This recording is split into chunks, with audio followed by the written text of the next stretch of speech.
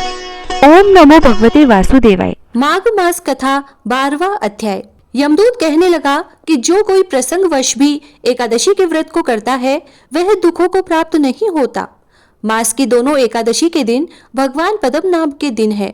जब तक मनुष्य इन दिनों में व्रत नहीं करता उसके शरीर में पाप बने रहते हैं।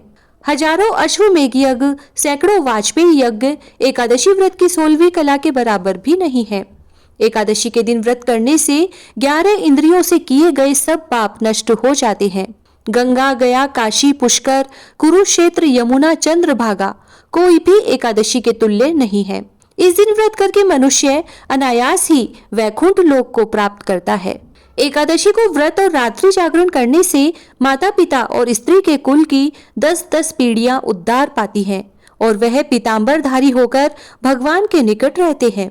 बाल, युवा और वृद्ध सभी तथा पापी भी व्रत करने से नरक में नहीं जाते। फिर यमदूत कहता है कि हे वेश्य, मैं सूक्ष्म में तुमसे नरक से बचने का धर्म कहता हूँ। मन, कर्म और वचन से प्राणी मात्र का द्रोह न करना, इंद्रियों को वश में रखना, दान देना, भगवान की सेवा करना, नियम पूर्वक वर्णाश्रम धर्म का पालन करना, इन कर्मों के करने से मनुष्य नरक से बचा रहता है। स्वर्ग प्राप्त करने की इच्छा से मनुष्य गरीब भी हो तो भी जूता, छतरी, अन्न, धन, जल कुछ न कुछ दान देता रहे। दान देने वाला मनुष्य कभी यम की यातना को नहीं भोगता तथा दीर्घायु और धनी होता है।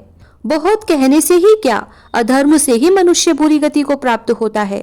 मनुष्य सदैव धर्म के कार्यों से ही स्वर्ग प्राप्त कर सकता है। इसीलिए बाल्यावस्था से ही धर्म के कार्यों का अभ्यास करना चाहिए। माघ मास महात्म का 12वां अध्याय समाप्त। जय श्री राधे।